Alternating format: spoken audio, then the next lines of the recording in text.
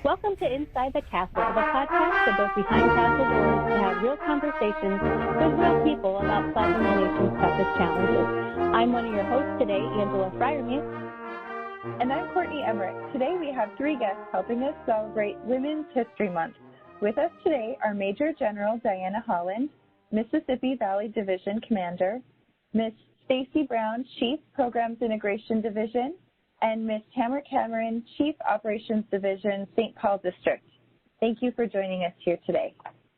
Thanks. Glad to be here. Thank you. Thanks for having us. We always like to start our episodes off by getting to know our guests. Since we're celebrating women's history, we're interested in hearing a little bit about your current positions and how you're closing gender gaps by holding your current job occupations. And so, Ms. Tamara Cameron, would you like to talk about your current position here at the St. Paul District and how you are closing the gender gap as the Chief of our Operations Division? Yes, I'd love to. Thanks, Courtney.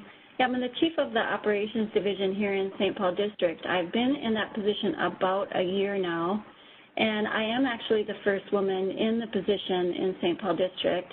And I join a lot of several very strong women around the country that are in Operations Division chief roles, and I'm very humbled to join their ranks. And I just love the Operations Division, and I'm so happy to be their leader. Thanks, Tamara. So this is Stacey Brown. You know, as you mentioned, I'm Chief of the Programs Integration Division at headquarters. In that position, I'm responsible for the development, defense, and execution of the Civil Works program for the U.S. Army Corps of Engineers. I didn't really think about it until just now, but I think that I'm the first woman to hold that position. So I guess that would be how I'm closing the gender gap. Hey, thanks for hosting this forum. I think what a great group of people to be involved in this conversation and in recognition of Women's History Month in March. So thanks to you for devoting the time and energy and coordinating this.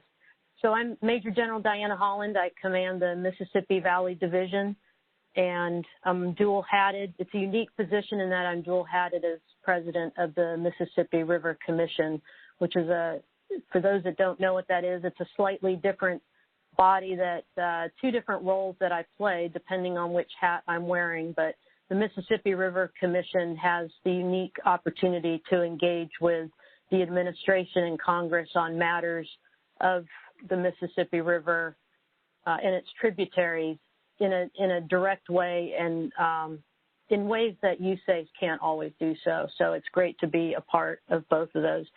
On the topic of, so I am the first woman to be the MVD commander and the president of the MRC.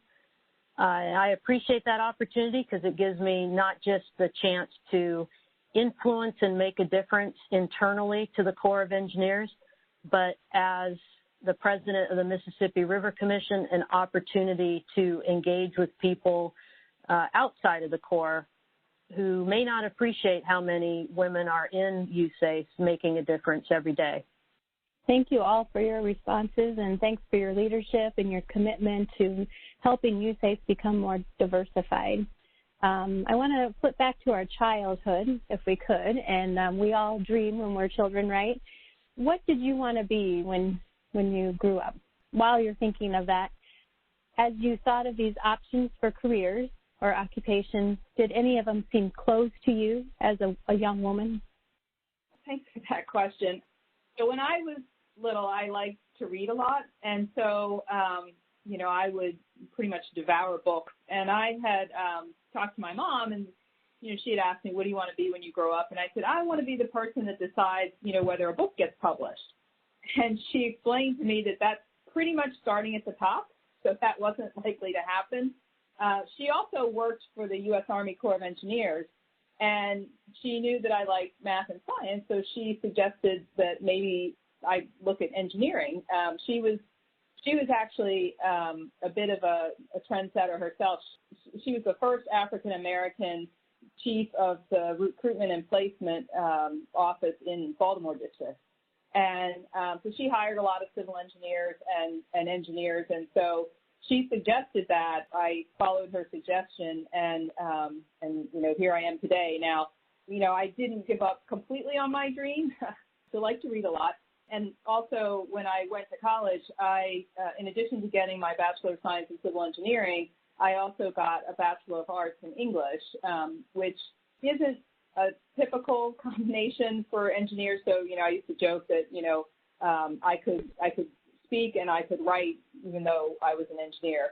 And I would say that the English major probably helped me a lot because in a lot of ways, I'm not sort of your standard engineer. So as I got into some of the higher level math classes, I really had to work very hard.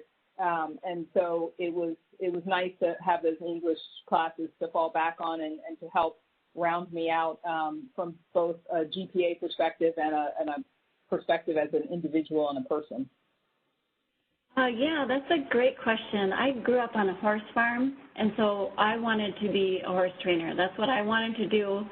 I loved doing it. I did it. I did it as a job. When I got old enough, I would ride other people's horses and train other people's horses. I really just got a lot of satisfaction out of that. And my parents gently noted that the majority of successful horse trainers then and today, all these years later, are still men. There were very few successful. So everyone that tries to become a successful horse trainer, there are many, many, many that do not. And they said, why don't you first why don't you go to school, go to college, and get a degree, and then you can do that. I said, okay. And I said, well, I don't know what I want to be. And they said, well, your dad's an engineer. Be an engineer. Okay. So I'm good at math and science, and so that is the career path I chose after all these years still being in that career path. And I do still, on the side, ride horses. So I, just like Stacey, I managed to keep my hobby. It's not a profession, but it's a hobby that I enjoy very much. Ma'am, we're going to go over to you and share your story. When I was 6, I told my dad that I wanted to be a Marine. So it started there. And partly, my dad that wasn't exactly what he had in mind. He had, even at a very young age, had encouraged me and told me that, whatever you want to do in life, you're going to be able to do it. You just have to work hard and be good to people, and you just got to find what your passion is. And so when I announced at 6 that I wanted to be a Marine, I'm sure, I don't remember the conversation specifically, but I'm sure there was a pause because that wasn't exactly what he had in mind. He had been a Marine, so that's kind of where it came from, and I was very close to my dad. But that desire never went away, and so when he saw that it was not just a passing phase, he did everything he could to, he gave me all the tools that he thought I would need to be successful in the military. I didn't ultimately end up being a Marine. My perception as a teenager was that the Army actually had the most opportunities of all the services. The Navy appealed to me. I thought they had neat uniforms, and I loved the big ships, but I'm not really fond of big bodies of water, so ultimately I ruled out the Navy. But I really wanted to go to West Point, and so anyway, it all kind of aligned towards that end. I, too, was a reader, and my dad, who is all science and numbers and that kind of guy, was strong in math and science. So West Point, for that reason, was also a good fit, as everybody gets a Bachelor of Science degree. But I did appreciate reading, and I really appreciated history, and so my concentration was in history. People think that doesn't align with being an engineer, but actually I think it's made me a better engineer because you have to write, just the constant requirement of writing becomes more and more important the more senior you get in the military. If you can't communicate well, written and verbal, then you very quickly notice that you're not as successful as you could be. So it's actually gone pretty well together. Well, thanks for sharing. I know when I was little, I wanted to do something in music. I really enjoyed playing piano and singing, and I still do those things in my independent time with my family, but wasn't able to make that into a career. But always knew that I loved working with people, and so I've had a multitude of different jobs since college, and kind of landed in EEO. Actually, working my first federal job was actually with the Bureau of Prisons, working in corrections as a female, one of very few females, might I add, in a very male-dominated work environment. But I always knew I wanted to make a difference, work with underserved populations, and so that kind of sparked my passion for EEO. And I was the Hispanic program manager there, and I spent then almost a decade at Homeland Security, and now here I am at the Corps of Engineers, and learning every day about the wonderful work we do in the field. And, I am not a science and math-minded person. And so I am I have a lot of admiration for folks who have that, that skill set that I lack. As we talk about our childhood a little more, Tamara, who were your role models growing up, and what did you admire about them? Yes, my role models were definitely my parents. My father and mother.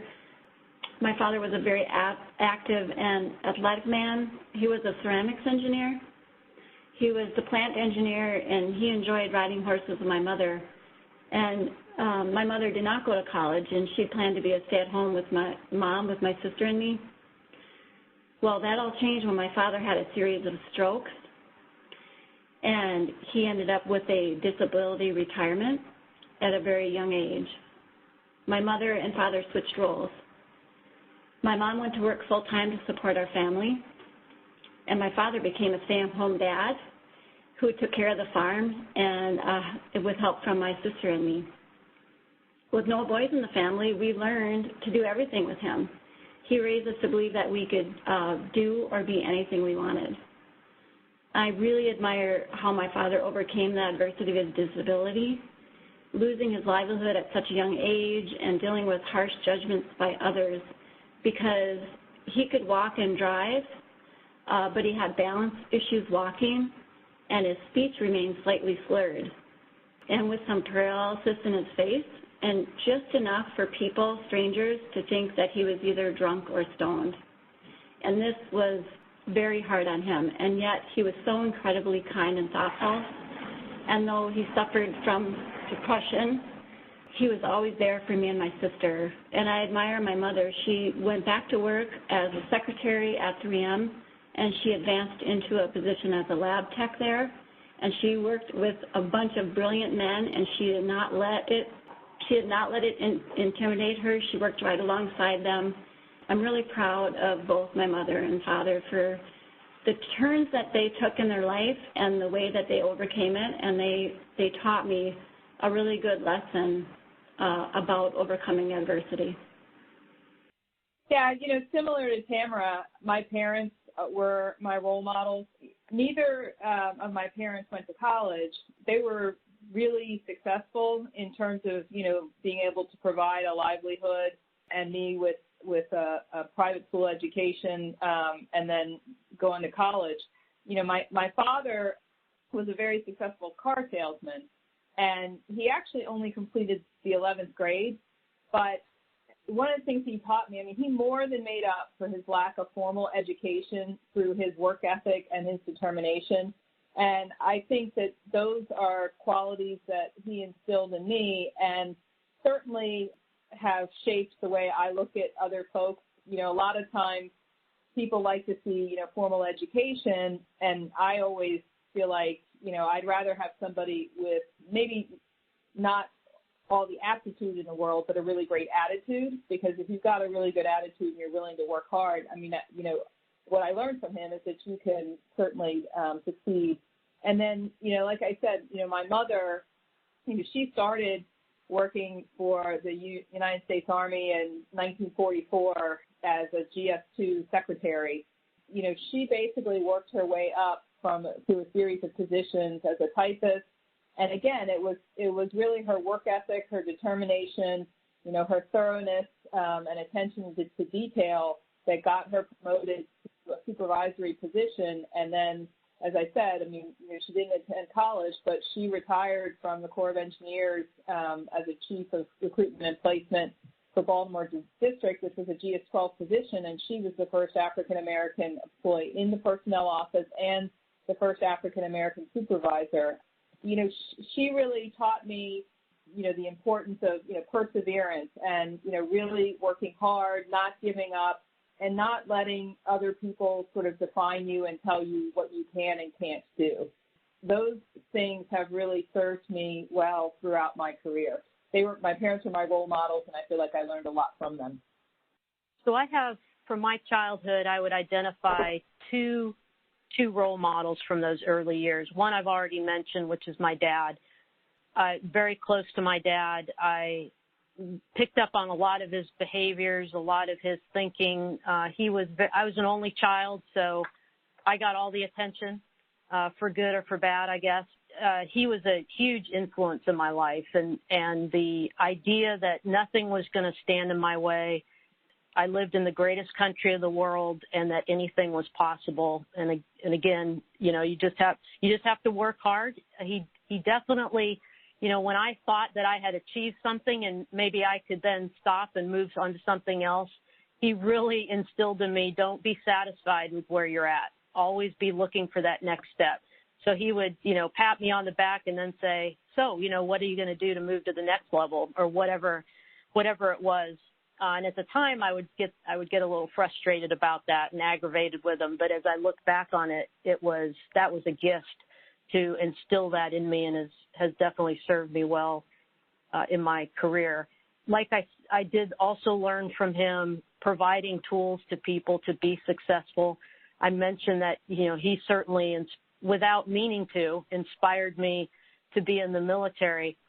But when he realized it wasn't a passing phase, he put a pull-up bar in the door of my bedroom and said, okay, well, you want to be in the military, you got to be able to do pull-ups. Women don't normally have a lot of upper body strength, so you better start working on it now. And, I didn't understand what all that meant, other than, okay, I need to show him that I've worked on my pull-ups this week. And, that small thing went a long ways. When I arrived at West Point, the ability to be a woman and be able to do more pull-ups than most of the guys that were able to do on day one bought me some breathing room in that very tough environment. So, and he's always been there for me, and he still is today. The other one would be my great-grandmother, who is an ethnic Greek from what is now Turkey. She immigrated to the United States in the early 20s. She lived long enough for me to know her until I graduated from West Point, and I was the only great-grandchild for a little while, and we lived in the same town. And I grew up hearing the stories of what that journey was. At the time, she grew up, her young life was spent in what was then the Ottoman Empire along the Black Sea, which very quickly the ethnic Greeks became the outsiders and the other side when that portion of the Ottoman Empire became Turkish. And so unbelievable what she and her family went through to get out of there and eventually immigrate to America and land at Ellis Island. She always maintained a very heavy Greek accent. She never learned to drive, very traditional in many ways, but her proudest moment was becoming an American citizen. And she kept a picture, and it was laminated in the kitchen drawer. And every time I'd go over there, which was pretty frequently, she would say, Diana, have I told you about the day that I became an American citizen? And then she would, and I would say, yes. And grandma in Greek is Yaya. Yes, Yaya, you showed me that picture. Actually, I never said that because it was clearly such an important part of her life. Definitely impacted me in being grateful for what I have in this country, the fact that I didn't have to endure the challenges that she did just to survive. And talk about a lesson in resilience. Her story was pretty incredible. So I would say those were my two earliest role models. Thank you for that. And just like General Holland, I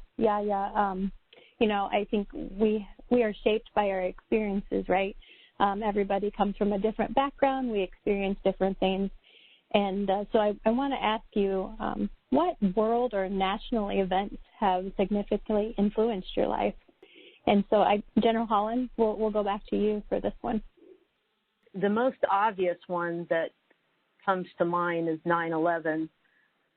I was teaching at West Point at the time, and as you know, in the days that followed that attack, they showed us the path that those airplanes took to get to New York City, and they basically flew right over West Point to go down to New York City.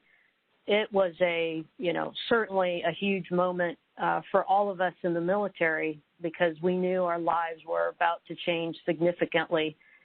And in fact, whether you were a cadet there at the time or on the faculty like I was, the immediate thought that came to mind was, I'm in the wrong place right now. I need to be out there and getting ready to deploy, because we're going to do something big. Something's going to come of this. And wishing that I were not at West Point at the time. A wise colonel who was the head of the history department said to all of us, he had been a Vietnam veteran, and he said, for those of you who wish you weren't on the faculty at West Point right now and out fighting, I promise you, unfortunately, this will be a generational conflict, and you'll have more of those opportunities to deploy than you can imagine. And, of course, he turned out to be 100% right. Tamara, any thoughts on that? Yes, that is something that, of course, ma'am, that jumped out at me was 9/11, and I thought some more about, in the context of our discussion, what event had an impact on me as a child. And I remember distinctly Sally Ride becoming the first woman in space, the first American woman. Mm-hmm. And I was in high school at the time, and it just really confirmed what my parents had been saying, is that just you can go out. The world is your opportunity. Go out there and think maybe a little bigger than what I had been thinking about. Think bigger than what you're thinking.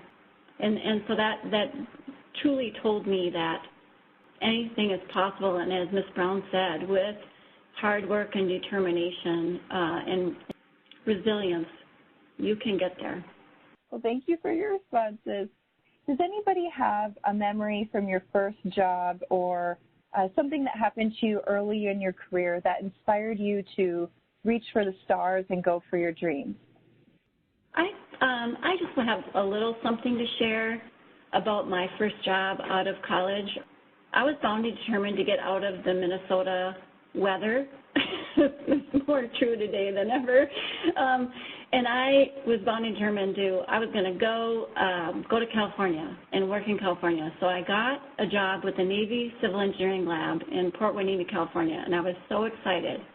And who I got to work with was a lady named Dr. Leslie Carr. She was so smart and talented and doing exactly what she wanted to do. And she was such a great role model for me. It's another one of my role models of this is the kind of leader I want to be, is like Dr. Carr. And I'm forever grateful to her for giving that such a good example in my first job. So I know the question was your first job. For me, it was really before that. And I guess, when people tell me I can't do something, it usually has the opposite effect on me. I'm usually like, oh, really? You don't think so? Okay, we'll see. So what I would say is, like I said, I had always been good at math and science, but in I think it was my senior year in high school, when I had decided I wanted to be an engineer, I had a professor. He was older at the time. I think it was pre-calculus I was in, and, he just had a very different method of instruction than I had ever been exposed to. And he says, I was having some trouble, And by trouble, I mean, I had always gotten, A's and B's, and I think maybe I had like a C+ or something. So it wasn't like, really bad trouble. That would come later, actually. But, he told my mother during a parent-teacher conference, I mean, I guess she must have mentioned that I wanted to be an engineer, and he was like, oh, she'll never be an engineer. She's not, good enough in math. I had actually forgotten about that. My mother reminded me of that. And like I said, I mean, so I don't have my engineering license. I didn't sit for the PE. I did the EIT, but never did the PE, partly because I really wouldn't want to be an engineer that has to sign design documents or drawings. I was like, if you put me at a drafting table, I think, I'll gouge my eyes out with a sharp object, because I really liked to write. And that's why, planning was such a good fit for me, because you have to sort of understand, the engineering and be able to translate it and put the report together and sort of tie all the disciplines together. And that's, really what I wanted to do. And I mean, to some degree, maybe there was a kernel of truth in that, because my freshman year in college, I loaded myself up to the gills with all the classes I could possibly take.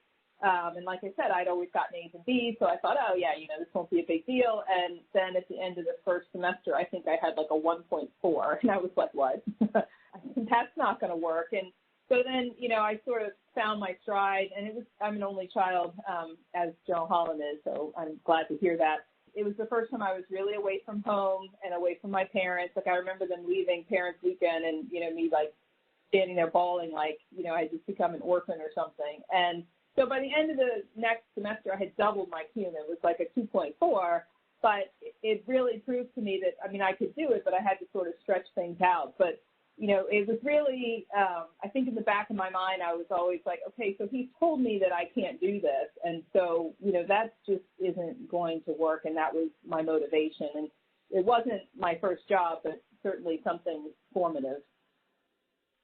Each of my assignments, really, there's been a number of things. It'd be hard to consider what's the, a favorite memory or a best memory. I would say, with each assignment, not sure what I was getting myself into, particularly as a junior officer, not sure that I was going to be the leader that people needed, or that I was going to make the right decisions, or that I was going to be able to compete like I needed to. And just in each of those assignments, proving to myself that I could do it, and gaining that confidence along the way. It started at West Point. Even though I had planned and dreamed of going to West Point for many years, there's nothing like suddenly being there and having to actually do it and deal with the rigors and the pressure of being in a program like that, and realizing that I could do it, that it was a team effort, and that people, my desire to be in the military was partly fueled by wanting to belong to a great team and feeling like I was a part of that great team very early on. And I thought, okay, this dream I had many years ago looks like it's going to work out. Looks like I am fit to do this, and it's the right direction. Thank you for all of that.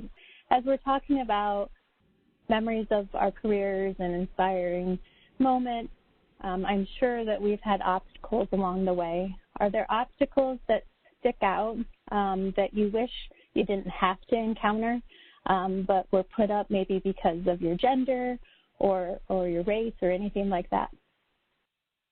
Yes, I distinctly remember the first time I was confronted with this idea that I would be judged based on my gender. It was in 1986 when I started college on an engineering track. And honestly, up until that point, perhaps I was a bit naive. I truly didn't realize that I would be perceived to be limited because of my gender. I was assigned to an advisor that made it clear that he did not expect me to stay in the engineering track, and I was not worth his time. And I struggled that first year, not really because of the curriculum, but just the adjustment to college and then having this kind of shaking my confidence that I somehow wasn't good enough, which is the theme that can stay with you for a long time, this feeling of not being good enough. But the second year, I got an advisor that made all the difference. He took me under his wing. He helped me work through my struggles, and I improved significantly. And I ended up receiving a student award in his name a few years later, and it's still today one of the most meaningful recognitions of my career. I pretty much always worked for the Army and for the U.S. Army Corps of Engineers. I mean, when I graduated from high school, even that first summer, you know, my mother had encouraged me to take, like, the civil service entrance exam to be a clerk typist. And, you know, I ended up doing really well on the exam. And as a result, you know, my name came up on a list for a permanent job. It was like assistant to the secretary of the post commander. You know, I said to my mother, this is a permanent job. I'm going to college in the fall. And she's like, it doesn't matter. She's like, you know, just make sure that they know that. And so, I mean, you know, I told them during the interview that, you know, I had plans to go to college, and, you know, they hired me. And so as a result, I got permanent status very early in my career. I've always worked for the Corps since then. And I would say it's a testament to the Corps of Engineers and the people that are in it. I honestly cannot think of a time where anyone had expressed any kind of issue or concern or was anything less than encouraging, either because of my gender or my race within the Corps of Engineers, which, you know, I think is phenomenal and fantastic. So the only time that I really was overtly confronted and with an issue, it wasn't my gender, it was my race. I mean, I went to school in Boston, and junior year it was hard to get housing, and so my roommate and I were looking for off-campus housing, and, you know, I worked at the library, and so I had looked and found a listing for a two-bedroom apartment that was really close to the engineering complex, and she was a physics major and I was an engineer, and so it looked like it would be really good. And I called the lady and talked to her, and it was probably around, I don't know, 8 o'clock at night, and she said, oh yeah, she's like, I have a one-bedroom and I have a two-bedroom, and I said, well, we'd only be interested in the two-bedroom because there's two of us. And she said, okay, and I said, you know, I'd like to come down, get my roommate and come down and look at it. She said, oh yeah, absolutely. And I said, well, I get off of work at 9, could we come then? She's like, oh yeah, sure, absolutely. And she's like, you know, I'll be here. And I mean, it was less than an hour. My roommate had hurt her knee and was on crutches, so I went and picked her up, and, you know, we drove, even though it was, you know, it was within walking distance. And we got there, and the lady opened the door, and she said, oh, she's like, I'm sorry, you know, the apartment has been rented. And I said, well, I just called you, I mean, you know, less than an hour ago. She said, oh, I know. She said, but I have the one-bedroom. And I said, well, again, I said, that's not going to work. She said, oh, well, I'm sorry. And I said to my roommate, I said, that's just so odd. I mean, I just talked to her, and I don't know, something about it just didn't seem right. My roommate was white, and so I had her call. She called the next day, and turned out it was available again. And I reported it to the housing office, and they actually sent, you know, if they sent 2 black people, it wasn't available. If they sent, you know, 2 white people, it was. I mean, and they ended up taking the listing, you know, out of the housing office because, you know, it clearly wasn't a fair housing issue. And it worked out fine. I mean, you know, as a result, I ended up living with some people that I'm still really close to. But that was really the only time that I can recall that I just came face to face with something that was clearly somebody had an issue with me because of my race or gender. You know, by and large, my experience has been similar to what Stacey just described. I feel like I've been included in every, you know, in the team's activities, and always felt like there was a niche for me, and that I felt as a valuable member of the team. Once in a while, there have been a couple of times where I've tried to do things and get assignments that, while, you know, nobody said, no, you can't go there because they, you know, either female gender is not allowed in that unit or some other reason. But interestingly, when that's happened, and, you know, it's never been overt, so, you know, it's hard to know what's in people's hearts. And so I try to give folks the benefit of the doubt. But as I reflect back, at those junctures, that Y in the road, it actually turned out that door being closed, I was paid back tenfold by the course that I ended up taking. The follow-on question to all of this is often, what's your advice to others as they face obstacles? And, of course, if it is inappropriate or is wrong the way you're treated or things that are said that, there are things that you must address and you don't just go along with. But when you can't pin it down and when you like what you do, when you're passionate about what you do, the fact when a door is closed for whatever reason, there is something else out there that often turns out to be even better. So I try to look at it that way. Honestly, the most consistent obstacle that I have faced has been my height, has been my size. The Army was not designed for somebody that was 5'1". Probably on one hand, I can tell you there's 5 different cases where there's actually an advantage to being small. One of them I experienced in St. Paul last week, which was crawling into the tunnel of a dewatered lock. Turns out that being 5'1" is absolutely the right size. So I guess I would have made a good tunnel rat. But anyway, that and jumping out of airplanes, it's good to be light when you're jumping out of airplanes. Thank you for sharing your stories. But as we're nearing the end of our conversation, I just wanted to ask a final question here. What in your life has given you the greatest satisfaction or fulfillment? Well, I'll start. I assume you mean not limited to if it's not limited to professional, absolutely my personal life and the wonderful man that I'm married to, who we have he's my best friend. He's my greatest supporter.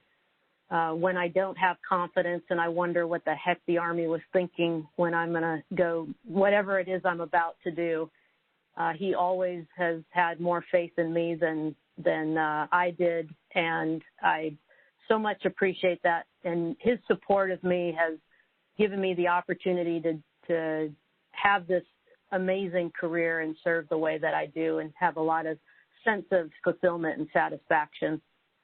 And I would say that for me, it's definitely my kids. Being a parent, I found is very hard, but I mean, it's very rewarding. And I tell everybody that I think I'm a better person because I have children. Many people will question this statement. One of the reasons I say that is because, they have taught me to be patient. Now, I'm still not a terribly patient person, so the joke I always make is that, I'm still working on that. They have enriched my life in ways that could not have imagined. I really am grateful that I was able to have children. Yes, I would have to say some of my greatest satisfaction was when I worked overseas. I had the opportunity to work overseas.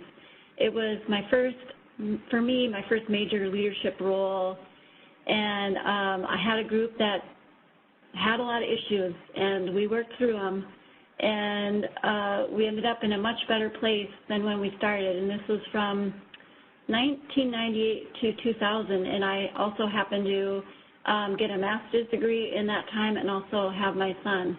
So those were some pretty incredible couple of years for me, a lot accomplished in a small amount of time. And I do have to say, I also have an extremely supportive husband. He has been so supportive. We married right out of college, and he's been so supportive my entire career, and it's really made all the difference. He's really been a partner. He's been a true partner in raising our son and in life and work. He probably would love to hear me say this. I probably don't say it often enough. Thank you for all of that. Yeah, I would have to agree with Ms. Brown that my children are my biggest accomplishment and provide the satisfaction in my life. It's a neat experience to have tiny humans that you're helping mold into decent human beings. So we're nearing the end of our conversation, and before we part ways, I really want you guys to provide advice for young women entering the workforce. maybe in your career field or just in general. So Tamara, we'll start with you. Yes, thank you.